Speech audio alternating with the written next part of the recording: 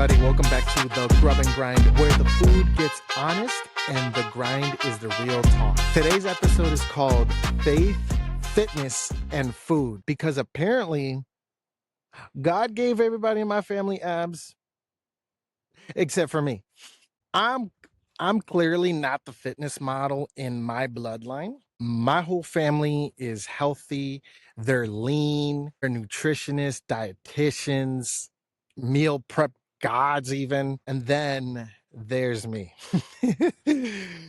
the chef, the leftovers assassin, the man who can turn yesterday's burger leftovers into today's emotional support meal. I literally could sit here and say how like all my family photos, they all look like fitness ads, like something that you will see in a fitness magazine or something like that. But when I show up, it's like, hey, there's cheat day. There's the cheat day guy. I look like I'm built like the guy who eats on the cheat day, if you know what I mean. I have not ate all day today, so we're just going to build ourselves the leftovers that we had yesterday, which was burgers, right? But typically what I would do, y'all already know that I don't like wasting food. Okay. So today's leftover meal is a lettuce burger. Now, the old me, I would have gotten some buns, like a brioche bun, some extra crispy fries, a big stupid 48 ounce of Pepsi, cherry Pepsi, zero sugar, whatever, and also a dessert that I really don't need, like one of those like Jollibee peach mango, like the thing. Oh my god, those are so good. But anyways, desserts that I don't need, right? So now the new me is learning discipline doesn't really mean that the food is boring. You know what I mean? So we're gonna make ourselves a lettuce burger, and that's what I'm gonna do right now. I'm gonna put one patty in here. I did make two. Like I said, I haven't ate all day. I have to keep on my macros and do what I gotta do. And this right here is proof that literally staying healthy does not mean punishment. Like you don't have to punish your body with flavors. You don't have to punish your body with anything. Like this is the best way to do it. It still has the same burger flavor, but it's just a different mindset, different discipline. Still a chef level flavor, just smarter. I gotta ask y'all while I'm building this. What is one food that you will refuse to give up while you're trying to lose weight? Which one is it? I know some of y'all could be pizza. Some of y'all could be fries. Some of y'all got a toxic relationship with Dr. Pepper. I know I used to. I couldn't let that go, bro. Dr. Pepper is so good. I couldn't let it go. I could not let that go. The reason why I say this and why I'm bringing it to light is I grew up with family that took care of themselves really well. My father is a huge advocate. He's a dietitian, nutritionist. So is my uncle. My whole family were huge on it. Huge, huge, huge, huge, huge, huge. So, I grew up learning how to take care of yourself, learning how to what foods to eat, what foods not to eat, what to avoid, how much you can have, all that nonsense. And this is like when I was like probably like 8 years old, 7 years old, 8 years old. So I know that my family were super like into that, and they're super into nutrition, you know. Mm. Oh, look at that. Mm-mm-mm. We're gonna have a little bit of this pickle jalapeno. So good. Mm. But excuse the munching, by the way. So my dad was really somebody that really gravitated to fitness. He really gravitated to nutrition. And when I was like younger, um, he wouldn't per se force it on me. He didn't really force it on anybody else. He led by example. And in consequence, it was me that I was really like, you know what? My dad was he wasn't like super overweight. He was a little overweight. And when he started his journey, by leading by example, I was like, holy heck, this is legit. And I had to be 7, 8 years old when he started. And from there, still to this day, this man, he loves his, he eats healthy, he eats well, he loves it. Same thing with my uncle. They're just like huge on the way that they eat. And what's crazy is growing up with them and understanding foods, my family really showed me how delicious healthy food could be, because when I would see people go on diets, they would cut off foods, they would cut off certain things. And in the cuisine that we would have, my grandmother, my father, my uncle, they showed me ways where I was able to bring flavor into the food that was healthy. I'll give you an example. My dad gave up eating, like, during, there was a point in period of his time that he gave up eating actual chicken, he gave up eating red meats, he gave up dairy products. He was drinking almond milk, he was eating what I used to call it fake cheese, stuff like that. So he made this delicious, I kid you not, this delicious tacos that tasted just like tacos de al pastor. And I don't know, and this is, and I'm just gonna flat out tell you, this was soy meat that he made, and then it was soy chorizo that he would put in it, and then um with that, he would also add potatoes. So it'd be like a breakfast taco, I guess you could say, not like not a taco al pastor, but like a breakfast taco, because he had the soy meat, soy chorizo, and potatoes, and then he would put jalapenos or serranos, and then he put sautéed onions in there as well. He'd mix it up, and it was like a whole day process. Like the day before, he would rehydrate the soy, like it was like 24-hour process. But the day that we would actually eat and the day that we would actually have the tacos, it was the most phenomenal thing I've ever had. And it was like healthy, low on calories, it didn't mess you up. And then yeah, there was like a how can I say? Like there was like a circumstance, and there was like a point in time where people were saying like men should not have soy meat because soy meat has estrogen levels, blah blah blah blah blah.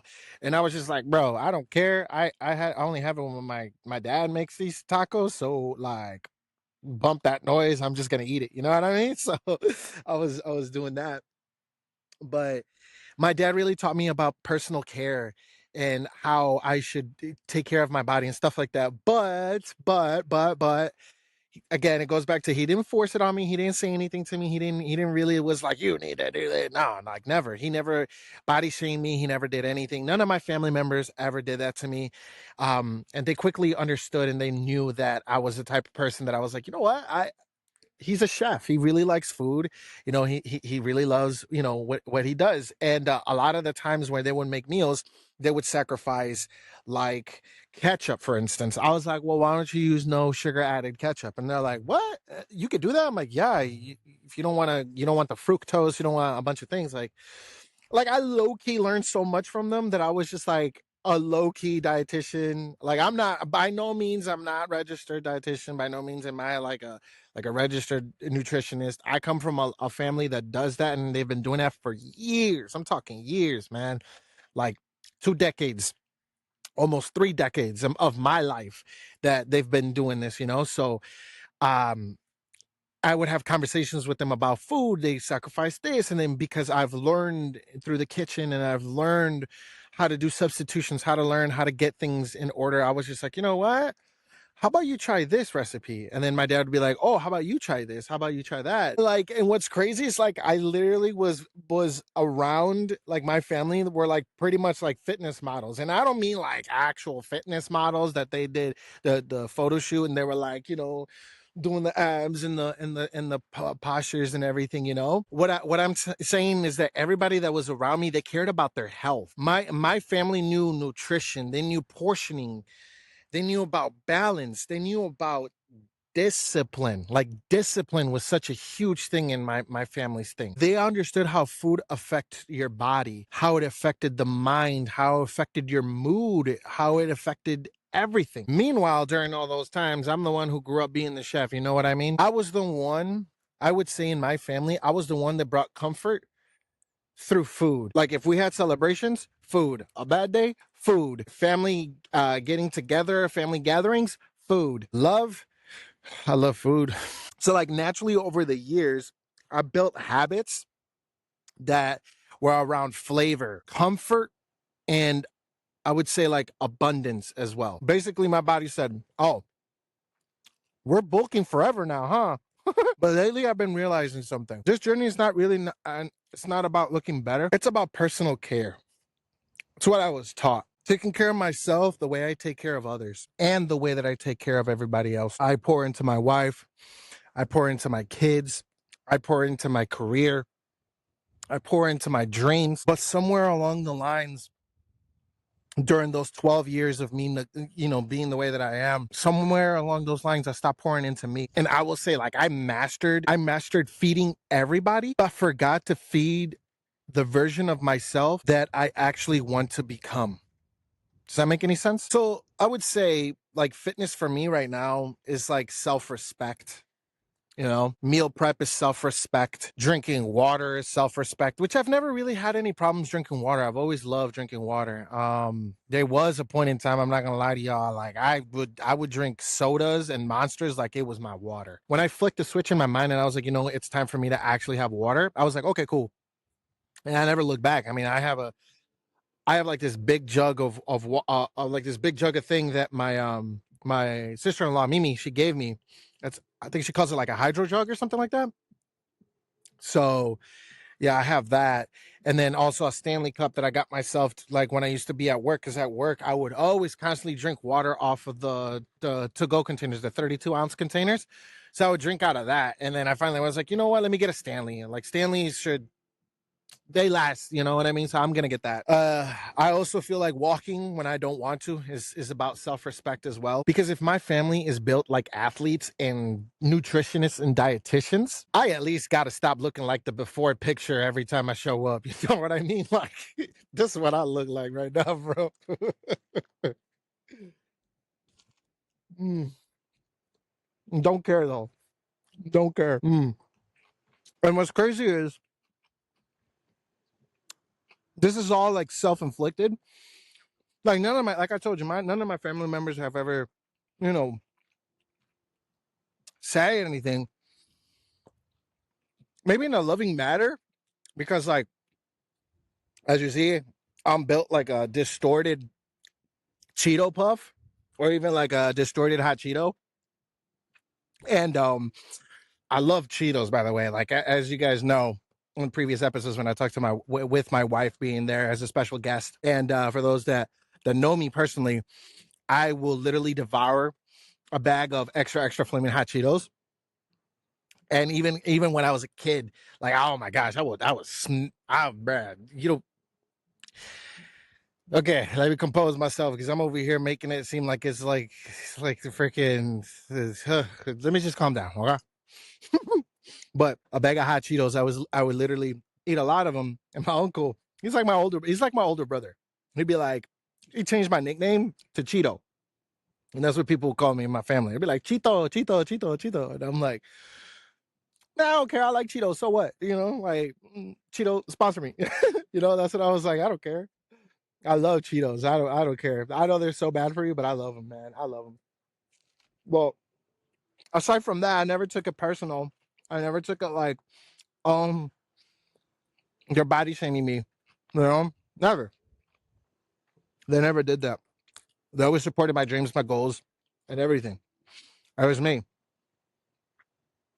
Because going to work, for those that are cooks, chefs, dishwashers, anybody that works in the restaurant industry, you really don't have time to actually take care of yourself. You tend to push yourself to being last. And I did that.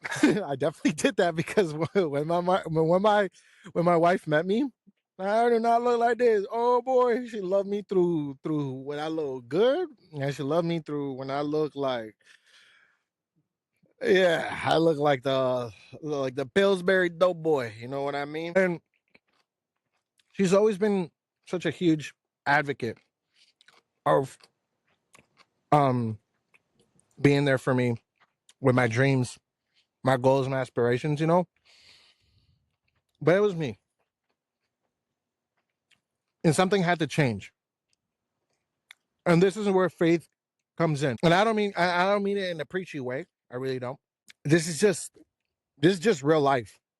Real life. My faith helps me give grace to myself. And what I mean by that is because one bad meal doesn't compromise the mission. One cheese snack does not ruin the purpose. Some days I'm locked in. I could be eating healthy and good and meal prepping for like 4 or 5 months nonstop. And some days I'll be looking at Portillo's or McDonald's like they're speaking in tongues. You know what I mean? Faith reminds me to keep going tomorrow, not guilt. No guilt whatsoever, just grace and consistency. And with that, I really want to know this from everybody that is listening. I really want to know this. Did any of you grow up where in your family everybody seemed to be naturally fit except for you? What made you finally decide to lose weight for you? What food are you trying to reinvent healthier right now? And let me know on the comment section down below and on Spotify, DM us and let us know because I want this place to be a safe place to have those type of conversations, And a little bit more on that. A lot of the foods that I'm trying to reinvent, there's a lot of foods that I eat, a lot of foods that I do as a chef. Lettuce burgers, burritos, wraps, tacos,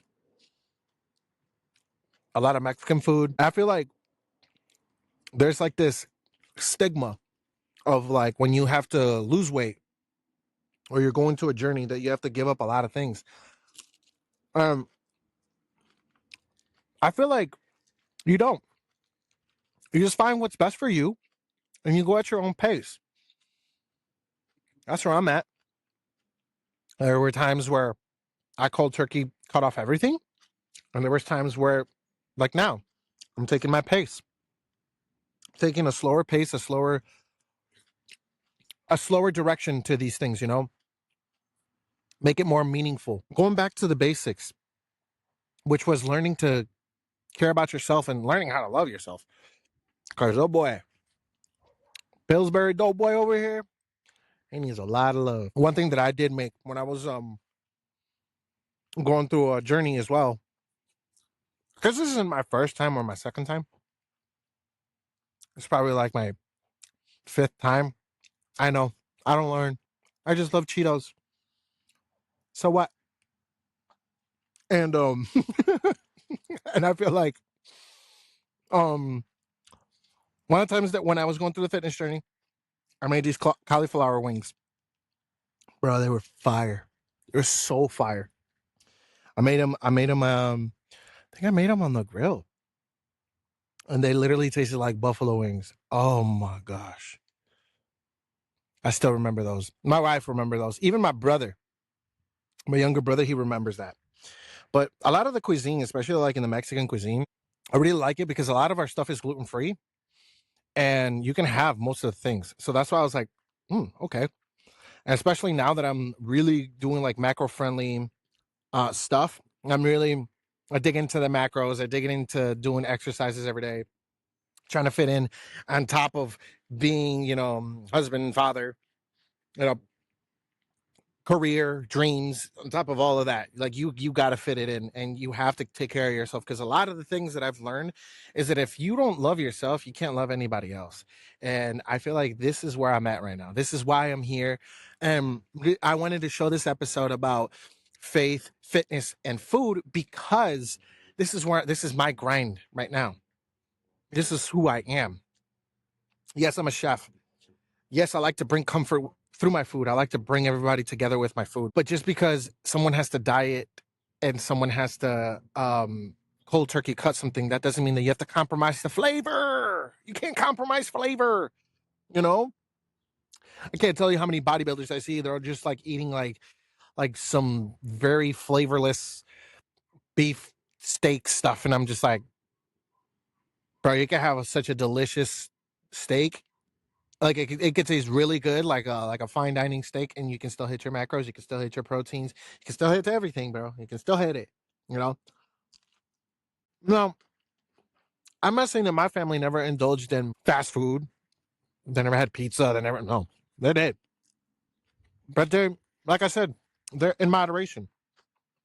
Which, by the way, we would eat Jets pizza because it's chef's kiss. It was always so good. Don't care. I'll die on that hill. One of the best Detroit pizza ever around here in the Chicago area. Don't care. Don't care. Don't care. I know a lot of people in Chicago will be like, revoked Chicago card from Uzi. Never again. This part of my life is really about faith. It's really about fitness. And it's about still loving food at the same time. You know, there's no perfection, no extremes, just consistency and still eating good food. One last thing, always believe in yourself. Always believe in your path. Whatever conversations you have with God, whatever conversations you have with yourself, believe in yourself wholeheartedly, in your dreams, in your goals, in your aspirations, because the distorted Cheeto Puff has told you to believe in yourself. I'm just kidding. But with that, thank you all for being here. I know this one was like a weird one. Um, Comment down below. Let me know what you all think about those questions. Let me know what is something that you're going through. All the questions that I asked, just let me know. I want us to start engaging and knowing about each other's lives. I'm gonna eat this burger, and until the next one, see ya. Bye.